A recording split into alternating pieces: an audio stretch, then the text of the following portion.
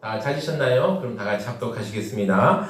각 동네 사람들이 예수께로 나와 큰 무리를 이루니 예수께서 비유로 말씀하시되 씨를 뿌리는 자가 그 씨를 뿌리러 나가서 뿌릴새 더러는 길가에 떨어짐에 밟히며 공중의 새들이 먹어버렸고 더러는 바위 위에 떨어짐에 싹이 났다가 습기가 없으므로 말랐고 더러는 가시떨기 속에 떨어짐에 가시가 함께 자라서 기운을 막았고 더러는 좋은 땅에 떨어짐에 나서 100배의 결실을 하였느니라.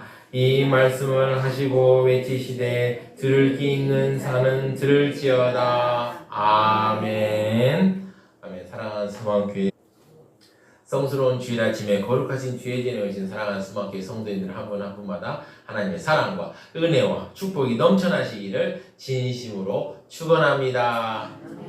지난 한 주 동안 평안하셨는지 한 최근 2주 동안 비가 엄청 많이 온 것 같아요. 그래서 가을 장마 아니냐라고 그러고 또 시골에서 농사짓는 분들은 수심이 가득하더라고요. 지금 햇볕이 쨍쨍에 대한 중요한 시기인데 이렇게 비가 와서 막 나달들이 막 떨어지고 그러면 이게 품질이 확 떨어진다고 그러더라고요. 그래서 다들 걱정하는데요.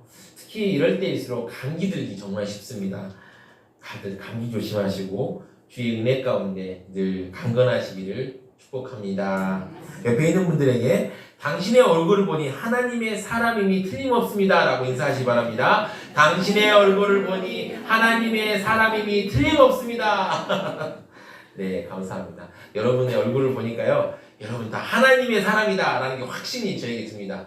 여러분 오늘 하루도 또 한 주도 하나님의 사람답게 아름답게 또 살아가시는 승리하시는 우리 새소망의 가족들 되시기 바랍니다. 오늘 본문을 보시면 예수님에게 많은 무리들이 다가왔습니다. 그들은 큰 무리를 이루었습니다. 그럴 때요, 예수님께서는 비유로 그들에게 말했습니다. 여러분, 우리가 복음서를 보니까 예수님께서 비유로 말씀하시니까 와, 뭐 그 당시 사람들은 다 이렇게 얘기했나 보다라고 생각하는데요. 제가 최근에 자료를 쫙 검색을 해보니까 그 당시 사람들의 설교문이나 그 당시 사람들의 그 제사장이나 또 바리새인들이 이렇게 설교했던 내용들이 있거든요. 제가 최근에 어떤 논문을 한번 찾아보니까 그렇게 돼 있더라고요. 그 100건 중에 하나 나올까 말까 할 정도라고 비유 설교가 그렇다고 그러더라고요. 그래서 당시 사람들은 어떻게 설교했냐면은 막 유명한 랍비의 말, 또 유명한 사람들의 말을 인용해서 막 전하기에 바빴습니다. 비유 설교 잘못하면 큰일 나기 때문에 이렇게 못했던 것입니다. 하지만 예수님은 천국의 비밀을 알고 있고 진리를 알고 있었기 때문에 담대하게 비유로 설교했던 것이죠. 그래서 어떻습니까? 예수님의 말씀은 크고 능력이 있었습니다. 오늘 본문에서 우리는 바로 예수님의 씨 뿌리는 비유를 살펴보고자 합니다. 이 비유 안에는 어떤 영적 메시지가 있을까요? 한번 살펴보겠습니다. 첫 번째입니다. 하나님 나라의 복음을 전하는 건 참 어렵습니다. 자, 5절을 보시면 이렇습니다. 씨를 뿌리는 자가 그 씨를 뿌리러 나가서 뿌릴새 더러는 길가에 떨어짐에 밟히며 공중의 새들이 먹어버렸고. 씨를 뿌리는 자, 선포되는 말씀이죠. 씨를 다 뿌립니다. 그런데 길가에 씨를 뿌렸는데 씨가 밟혀져서 공중의 새들이 먹어버렸습니다. 하나님의 말씀이 사람에게 선포되어도 그 마음이 완악하고 자기 의로 굳어지면은 그 말씀은 마음속에 자리 잡지 못하고 사단에게 체임을 당하고 말죠. 11절, 12절에서는 예수님께서는 이 길가 떨어진 상태를 설명해 주십니다. 이 비유는 이러하니라. 씨는 하나님의 말씀이요. 하나님의 말씀이라는 것입니다. 뿌려진 씨는 하나님의 말씀입니다. 이 씨에는 생명이 있습니다. 그런데 이 말씀의 씨가 어디에 있는지 따라 달라집니다. 12절을 보시면 길가에 있다는 것은 말씀을 들은 자니 이 마귀가 가서 그들이 믿어 구원을 얻지 못하게 하려고 말씀을 그 마음에서 빼앗는 것이요. 길가에 있다는 것은 육신적인 귀로는 하나님의 말씀을 들었지만 마음은 여전히 완고함과 죄악으로 충만했기 때문에 말씀을 마음으로 받아들이지 못하고 깨닫지 못한 것을 말합니다. 그런데 이때 마귀가 확 달려들어가지고 그들이 믿어 구원을 얻지 못하게 하려고 그 말씀을 마음에서 빼앗았습니다. 예수님께서 보기에 얼마나 안타까웠겠습니까? 그리고 어떤 씨는 바위 위에 떨어졌고 어떤 씨는 가시떨기 속에 떨어졌습니다. 6절 7절을 보시면 더러는 바위 위에 떨어짐에 싹이 났다가 습기가 없으므로 말랐고 더러는 가시떨기 속에 떨어짐에 가시가 함께 자라서 기운을 막았고. 그러니까 씨가 바위 위에 떨어졌는데 그냥 딱딱한 돌 위에 떨어진 것이 아니라 땅은 있어요. 땅은 있는데 밑에 돌이 큰 게 있다는 것이죠. 그런 경우에 이제 어디서 잘 자라지 못하죠. 또 씨가 떨어졌는데 가시떨기 속에 떨어지니까 가시가 함께 자라니까 이 가시가 이 식물이 자라는 것을 그만 보겠습니까? 계속 자기가 자라면서 막 햇빛을 막지 않겠습니까? 참 안타깝죠. 또 바위에 있다는 것을 다시 살펴보면요. 일시적으로는 하나님의 말씀을 은혜를 받습니다. 13절을 보시면 바위에 있다는 것은 말씀을 들을 때 기쁨으로 받으나 뿌리가 없어 잠깐 믿다가 시련을 당할 때 배반하는 자요. 그러니까 말씀을 들을 때는 은혜다, 하나님이 은혜입니다라고 했다가 아이고 그 말씀이 심령을 깨뜨리지 못하니까 어떻습니까? 그냥 조금 자라다가 사라지는 경우시죠. 그래서 시험이 다가오면 매번 넘어지고 맙니다. 또 예수님은 또 안타까운 경우를 말씀하십니다. 14절을 보시면 가시떨기에 떨어졌다는 것은 말씀을 들은 자이나 지내는 중 이생의 염려와 재물과 향락의 기운이 막혀 온전히 결실하지 못하는 자요. 가시떨기에 떨어졌다는 것은 이생의 염려, 재물, 향락의 기운이 막혀서 온전히 결실하지 못하는 것입니다. 이 가시떨기에 떨어진 이 심령을 가진 사람은 어떻습니까? 마음이 어디에 있습니까? 세상에 있습니다. 세상에서 내가 잘 살아야지. 물론 여러분 예수 믿고 신앙생활하는 사람은 세상에서 못 살아야 되는 건 절대 아닙니다. 잘 살아야 됩니다. 하나님이 은혜를 주시고 하나님께서 재물을 주신 것은 하나님의 은혜입니다. 하지만 인생의 목적이 그게 돼버리면 안 되는 것이죠. 인생의 목적이 완전히 내가 재물 넣는데 내가 인생의 쾌락을 즐기는 데가 인생의 목적이 되면 안 되는 것입니다. 그럴 때 어떻게 됩니까? 결국 바로 말씀의 씨앗이 싹을 맺지 못하고 믿음의 열매, 구원을 열매를 맺지 못하게 된다는 사실입니다. 이 씨 뿌리는 위에서 길가에 떨어진 씨앗이나 바위에 떨어진 씨앗이나 가시떨기에 떨어진 씨앗들은 자라지 못하고 죽고 맙니다. 여기에 천국 복음이 전파되는 어려움이 있습니다. 우리가 복음을 알게 되면 여러분 복음이 얼마나 좋은지 깨닫게 됩니다. 그래서 전하려고 노력합니다. 예수 믿는 것이 참 좋아 이렇게 생각합니다. 이것은 마치 좋은 것을 알고 전해주려는 사람들의 마음 같습니다. 여러분 어느 병원에 갔는데 진짜 용이에요. 약 한 번만 먹으면 나서. 그럼 어떻습니까? 주변 사람들에게 이 병원 좋아라고 소개시켜주지 않습니까? 또 식당에 들어갔는데 너무 맛있어요. 값도 저렴해. 그럼 어떻습니까? 주변 사람들에게 이 식당 너무 좋다고 막 소문내지 않습니까? 마찬가지입니다. 복음도 마찬가지입니다. 나만 알 수 없어서 이 예수 믿는 게 너무 좋아 싶어서 주변 사람들에게 막 전화를 겠습니다. 그런데요 많은 경우 반응이 시큰둥합니다. 왜 그럴까요?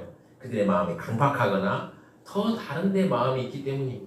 그래서 복음 전파가 어렵습니다. 저랑 친분이 있는 바로 개척교회를 담임하시는 분이 바로 인스타에 이런 글을 쓰셨습니다. 제가 한번 이렇게 읽어드리겠습니다. 전도를 통하여 한 성도가 교회를 찾아오는 것은 기적이며 그렇게 찾아온 성도가 교회에 등록하는 건 더 큰 기적이며 그렇게 등록한 성도가 주일 성수를 하는 것은 더 큰 기적이며 그렇게 세워진 성도가 헌금을 하는 것은 더 큰 기적이며 그렇게 세워진 성도가 교회를 섬기기까지는 더 큰 기적이며 그렇게 세워진 성도가 세상을 섬기기까지는 엄청난 기적임을 알 수 있습니다 라고 하였습니다. 사랑하는 성도 여러분, 전도할 때 참 마음이 상하기도 하고 힘들기도 하시죠. 우리 한번 교회 한번 같이 가자, 예수 한번 믿어볼래 하니까 반응이 시큰둥하면 얼마나 마음이 상합니까? 압니다. 그래서 감사합니다. 전도가 참 어렵습니다. 여러분이 앉아있는 것만으로 저는 얼마나 감사하고 기쁜지 모르겠어요. 여러분 한 명 한 명이 앉아있는 게 바로 기적이고 승리입니다. 아멘이십니까? 아멘입니다. 전도가 참 어렵습니다. 특히 세상이 풍요로워질수록 사람들은 복음 듣는 것을 좋아하지 않습니다. 그럼에도 불구하고 우리는 전도해야 합니다. 왜 그럴까요? 그 이유는 복음을 받아들일 좋은 땅도 있기 때문입니다. 두 번째입니다. 이 땅에는 하나님의 복음을 받아들일 좋은 마음도 있습니다. 씨를 뿌린 자가 씨를 뿌리는데요. 어떤 씨는 좋은 땅에 떨어졌습니다. 8절을 보시면 이렇습니다. 네, 8절 보여주실까요? 네, 더러는 좋은 땅에 떨어짐에 나서 100배의 결실을 하였느니라. 이 말씀을 하시고 외치시되 들을 기 있는 자는 들을지어다. 여기서 좋다는 것은 우리가 그냥 좋아요 라는 것이 아니라 아주 경탄할 만큼 좋다는 것입니다. 이 좋은 땅에 떨어졌을 때 100배의 결실을 하게 하는 놀라운 일이 일어나는데요. 여기서 우리가 착각하지 말아야 할 것, 이 좋다는 것은 기름지다, 비옥하다는 땅이 아닙니다. 열매를 많이 맺었기 때문에 좋은 땅으로 불리는 것입니다. 좋은 땅에 떨어진 경우를 예수님께서는 15절에 설명하십니다. 좋은 땅에 있다는 것은 착하고 좋은 말씀으로 말씀을 듣고 지켜 인내로 결실하는 자니라.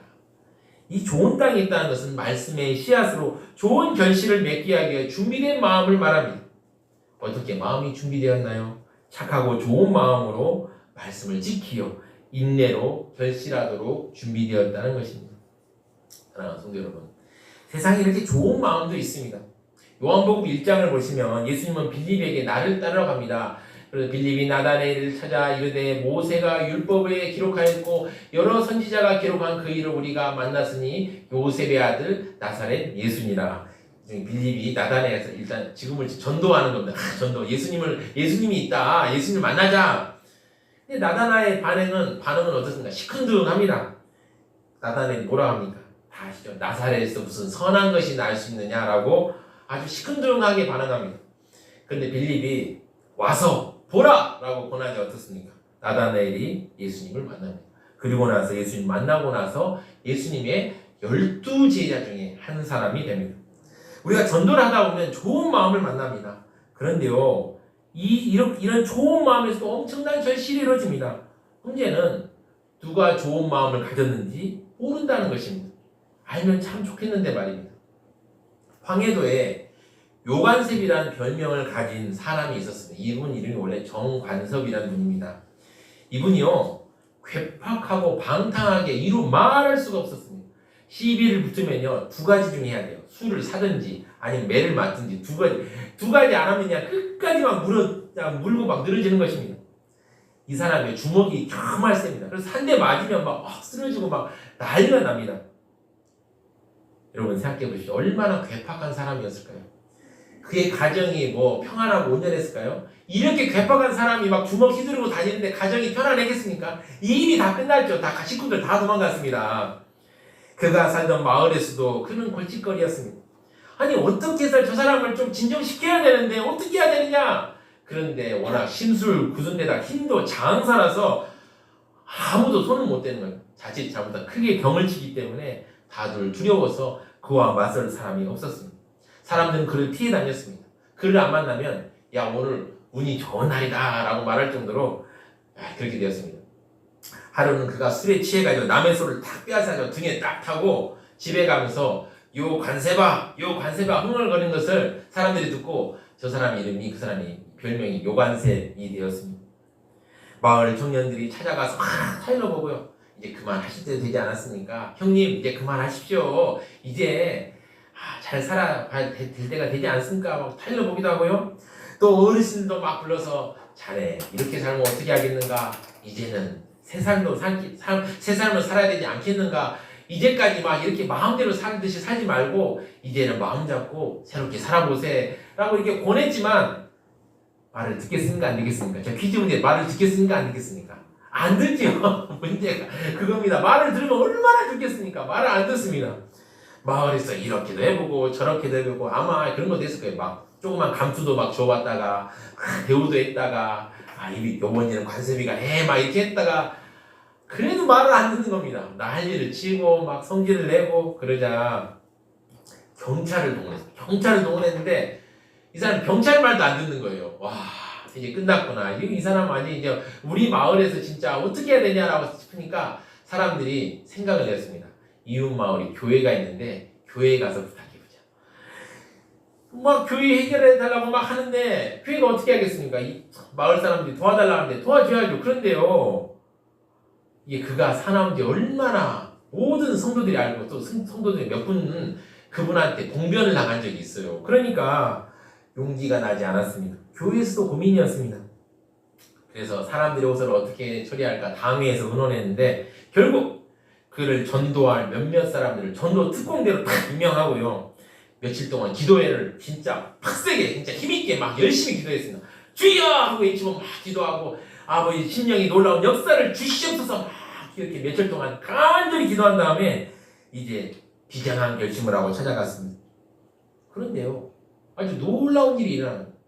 습사 미친 황소 같은 그 사람 손을 탁 붙잡고 예수님 믿으세요라고 전도하는데 그 마디에 그 사람 눈물이 뚝뚝 흘리는 거죠. 눈물이 성령의 크신 역사였습니다. 사실 그는 술과 방탕에 스스로 몸이 병들어 있었고 세상에서 누구 하나 찾아오는 사람 없어서 고독과 슬픔에 잠겨 있었던 것입니다. 그래 그 사람에게 전도대가 이런 말을 했습니다. 성경 말씀을 전해주었습니다. 나는 마음이 온유하고 겸손하니 나의 멍에를 메고 내게 배우라. 그리하면 너의 마음이 쉼을 얻으리라. 이 말씀을 듣자마자 그는 큰 기쁨을 얻었습니다. 그리고 나서요, 그는 다 결심했어요. 예수님을 이제 믿겠다라고 결심하고 3개월을 딱 교회, 집 외에는 어느 곳도 가지 않았습니다. 그리고요, 딱 성경책을 하나 받아들고 이 성경을 그냥 계속 읽었습니다. 창세기부터 요한계시록까지 계속 몇 번을 딱 읽더니 이제는 나 새 사람 되었다라고 하고 술도 다 끊고 정말 새롭게 또 시작되었습니다. 그리고 막 운동도 하고 일도 하면서 건강이 회복되었습니다. 그리고 가정도 회복이 되었습니다. 그가 이제 변했다는 걸 모든 이웃들이 알게 되지 어떻습니까? 마을 사람들은 그를 도우려고 애썼습니다. 그의 가정도 회복되고요. 그는 교회에서 집사 임명도 받았습니다. 그래서 근데 옛날 별명이 있잖아요. 그래서 요관셉 집사라고 이제 원래 그 이름이 정관섭인데 옛날 별명에서 요관셉이 집사로 모두 통했다고 합니다. 그는 주님을 위해 헌신하는 생활을 계속 하다가 6.25 동란 때 교회를 지키다가 결국 순교했다는 이야기를 제가 들었습니다. 사랑하는 성도 여러분, 우리가 복음을 전하면 받아들일 좋은 마음도 있습니다. 그럼 어떻게 해야 되겠습니까? 하나님 나라를 전하는 데 힘을 쏟아야 합니다. 세 번째입니다. 때를 얻든지 못 얻든지 복음을 전파하십시오. 다시 비유로 돌아가세요. 오늘 본문에서 나온 씨 뿌리는 자의 비유에 나오는 씨를 뿌리는 농부의 마음을 여러분 생각해 보십시오. 제가 비록 농사를 지어보지 못했습니다. 그런데 농부들이 한 해 농사를 시작할 때 마음을 제가 들어본 적이 있는데요. 농부들이 한 해 농사를 시작할 때 얼마나 풍년을 간절히 기원합니다. 그리고 얼마나 이번 농사가 잘 되기를 간절히 구하는지 모릅니다. 본문에 나오는 씨 뿌리는 자는 비유에서 나오는 씨를 뿌리는 농부도 한 해의 수확을 생각하며 하나님께 기도하는 마음으로 뿌렸을 것입니다. 사실 농부는 씨를 뿌리고 가꾸는 일 외에는 아무런 능력이 없습니다. 이를 자라게 하시며 열매 맺게 하신 일은 오직 하나님의 권한이기 때문입니다. 그런데요, 그 씨가 떨어진 것이 모두 옥토였으면 좋겠지만 아니지요. 어떤 씨는요, 길가에도 떨어지고 바위에 떨어지고 가시덩굴에 떨어지고 그렇게 되죠. 그러나 이것 그렇다고 농부가 이것을 실패라고 생각했을까요? 아닙니다. 예수님께서 비유를 말씀하시는 이스라엘 땅은 정말 척박했습니다. 이스라엘 땅은 유달리 돌들이 많았습니다. 돌들이 많았다고 그래요. 땅을 이렇게 경작을 하는데 돌들이 그렇게 많았다고 합니다. 땅 속에 파묻혀 있는 돌들이 많아서 돌을 빼내지 못하면 파종도 못하고 쟁기질도 못할 정도였습니다. 그래서 이스라엘 땅에서 농사를 지은 농부들은 농사를 짓기 전에 돌부터 없앴습니다. 그리고 나서 파종을 했는데요. 저는 잘 모르지만 우리나라 전통 파종 방식은 그렇다고 그래요. 밭을 먼저 쫙 갈고요, 쟁기로. 그리고 나서 씨앗을 뿌리고 흙을 덮는다고 합니다. 제가 안 해봐서 모르는데 저도 여기서 듣는 얘기입니다. 그런데 이스라엘 농민들은 먼저 한 사람이 씨를 이렇게 뿌립니다. 그리고 나서 땅을 그 뒤에 사람이 쟁기질해서 씨앗을 덮는 방식이라고 하더라고요. 바로 이스라엘에서는 여름 건기에는 길이 따로 없었습니다. 그래서 사람들은 밭 중앙을 막 가로질러 가기도 하고요. 어느 때는 밭 중앙이 길이 되는 경우도 있었습니다. 그런데 건기 때는 이곳을 놔둬야 하는 그런 관습이 있었던 것 같아요. 그래서 그냥 그때는 농사 짓는 사람들이 가만히 놔두는 게 관습이었습니다. 또 농사를 짓는 땅 속에는 크고 작은 돌들이 무수히 무질서하게 있었습니다. 그래서 농부는 모릅니다. 겉으로 보아서는 어느 곳이 길가인지 어느 곳이 돌짝밭인지 어느 곳이 가시덤불인지 모릅니다. 건기가 지나고 우기가 와서 비가 오고 땅이 축축해지면 이제 농부들이 이런 빈밭에 씨를 흩뿌립니다. 그리고 씨가 뿌려진 밭을 쟁기로 갈아엎습니다. 지금도 기계로 해도 땅에 돌이 있으면 어렵잖아요. 그렇죠? 근데 그 당시는 더 어려웠겠죠. 어쨌든 쟁기로 흙덩이를 잘게 부수고 뿌려진 씨를 덮어줍니다. 이 과정에서요. 어떤 씨들은 오늘 말씀에 나온 것처럼 새들이 쪼아먹기도 하고 어떤 것들은 돌무더기나 가시덤불에 떨어진 채 방치되기도 합니다. 하지만 농부는 낙심하지 않습니다. 왜냐하면 그 중에 많은 것은 싹이 트고 자라서 100배, 60배, 30배의 결실을 맺는다는 것을 알고 있기 때문입니다. 좋은 땅이란 열매를 많이 맺게 되는 데 따라서 비로소 그 땅이 좋은 땅에 뿌려졌는지 알 수 있습니다. 길가에 떨어진 씨앗도 새에 먹히지 않으면 열매를 맺을 수 있습니다. 가시덤불에 뿌려진 씨앗이나 돌밭에 뿌려진 씨앗들도 마찬가지입니다. 저는 시골에서 살지 않아서 모르지만 사람이 다니는 길 같은데 거기서도 씨앗이 잘 자라서 결실을 맺는 경우가 있다고 하더라고요. 또 어떤 인삼을 잘 재배하고 있는 곳이 있는데 근처에 군부대가 있었습니다. 그런데요, 군부대가 의도하지 않았는데 인삼 씨앗이 탁 날아가지고 군대에 의해서 인삼이 자라게 된 것입니다. 그런 경우도 있다고 합니다. 사랑하는 성도 여러분, 우리는 좋은 밭을 알지 못합니다. 우리는 모릅니다. 저 사람은 좋은 밭이 아닐 거야. 저 사람은 복음을 받아들이기엔 너무도 부족한 사람일 거야. 거칠어. 교회에만 들어오면 문제만 일으킬 거야. 혹시 이렇게 단정하고 포기하지는 않는지요. 우리는 복음을 전하기에 힘써야 합니다. 이걸 생각하고 찬양을 합시다. 찬송가 520장 듣는 사람마다 복음 전하여 힘차게 찬양하시겠습니다.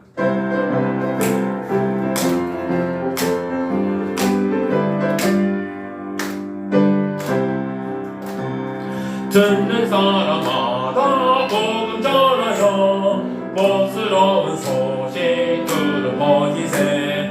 모든 사람에게 전할 소식은 어느 누구나 오라. 어느 누구나 주께 나오라. 어서 와서 주의 말씀 들으라. 하늘 아버지가 오라 하시니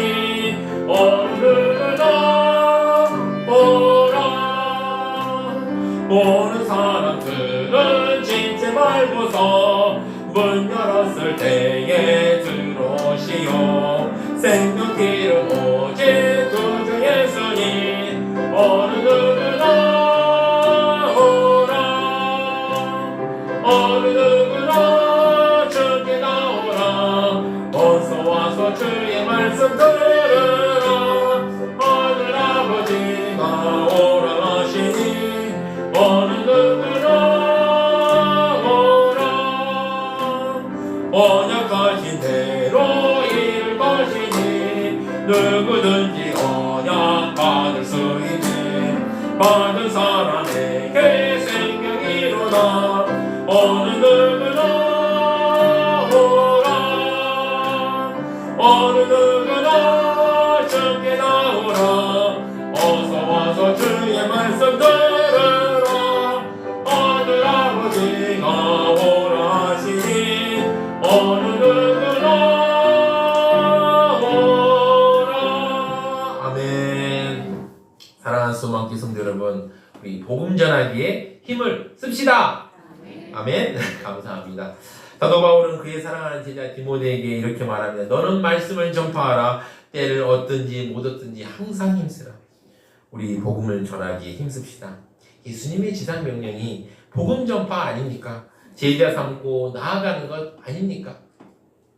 어떤 사람은 이렇게 말하기도 합니다. 목사님, 전도지 만장을 뿌려도 한 명 올까 말까예요. 다 소용없어요. 또 어떤 분은 저에게 이렇게 말하기도 합니다. 목사님, 저도 다 해봤는데 안 돼요. 이렇게 생각하시는 분들도 있을 것입니다. 이해도 됩니다. 저도 교회 학교 막 부흥시켜 보려고 그렇게 막 전도하고 나눠주고 전도지 막 거의 저도 따져보면 한 10,000장 돌렸던 것 같아요. 이렇게 엄청 돌렸던 것 같습니다. 애들 막 하교하고 학원 끝나고 그것도 딱 나눌 때 애들 눈치를 봐야 됩니다. 이게 애들이 좀 눈치가 안 좋다면 안 줘야 돼요. 주면 큰일 나요. 그래서 그리고 예컨대 약간 부모님이 싸면은 딱 출수해야 됩니다. 왜냐하면 친구들 올 것 같으니까. 그래가지고 이게 게릴라식으로 하는데 보통 학원 끝나는 시간이 애들 기분이 제일 좋은 시간이면 그때부터 노니까. 그래서 그때 나눠줍니다. 그때 나눠주면 잘 받더라고요. 그래서 그런데 참 놀랍죠. 이렇게 뭐 저도 막 나눠주기도 별 역사도 일어나지도 않고 뭐 해도 무슨 소용이 있을까 싶었는데요. 하나님의 역사는 놀랍습니다.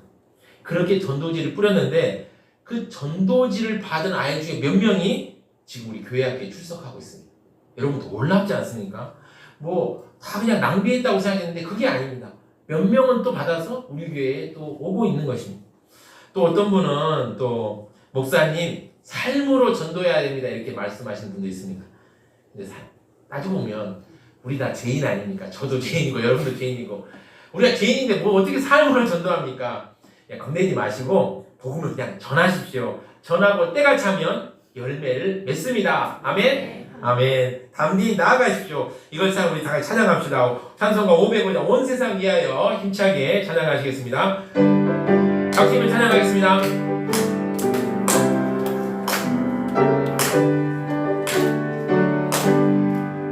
온 세상 위하여 나 복음 전하리 만 백성 모두 나와서 주 말씀 들으라 죄 중에 빠져서 예배를 따르라 주님의 음성 듣고서 너 구원 받으라 전하고 기도해 매일 증인 되리라 세상 모든 사람 다 듣고 그 사랑 알도록 온 세상 위하여 이 복음 전하리 저 죄인 되게 하고서 주 예수 믿으라 이 세상 구하여 주 돌아가시고 나 증거하지 않으면 그 사랑 모르리 전하고 기도해 매일 증인 되리라 세상 모든 사람 다 듣고 그 사랑 알도록 아멘. 사랑하는 성도 여러분, 우리는 반드시 승리합니다. 눈물을 흘리며 씨를 뿌렸던 농부가 나중에 풍성한 결실을 거두는 것처럼 복음의 씨앗을 뿌리는 여러분들도 풍성한 결실을 거두게 될 것입니다. 지금 막 권하고 말한다 해서 여러분 그냥 시큰둥한 반응인다 해서 너무 걱정하지 마십시오. 나중에 때가 되면 그 씨앗이 싹이 트고 열매가 돼서 돌아올 것입니다. 담대하게 복음의 씨앗을 뿌려서 그 결실을 풍성하게 거두는 사랑하는 수만교회 성도님들 되시기를 진심으로 축원합니다. 우리 다 같이 합심하여 기도하겠습니다. 담대하게 때를 얻었든지 복음을 전하도록 주여 한번 외치고 힘차게 기도하시겠습니다. 주여 아버지 감사합니다. 오늘 말씀을 통해서 우리가 담대하게 때를 얻든지 못든지 복음을 전할 수 있는 아버지 은혜를 내려주시옵소서. 우리 너무 연약하고 용기도 없고 겁도 많습니다. 아버지 그러나 아버지여 열매를 맺게 하신지는 아버지이시니 우리는 믿고 씨를 뿌립니다. 주여 우리가 담대하게 어디서든지 복음을 전하고 주님의 증인된 삶을 살아갈 수 있도록 주여 오늘도 내일도 앞으로도 함께하여 주시옵소서.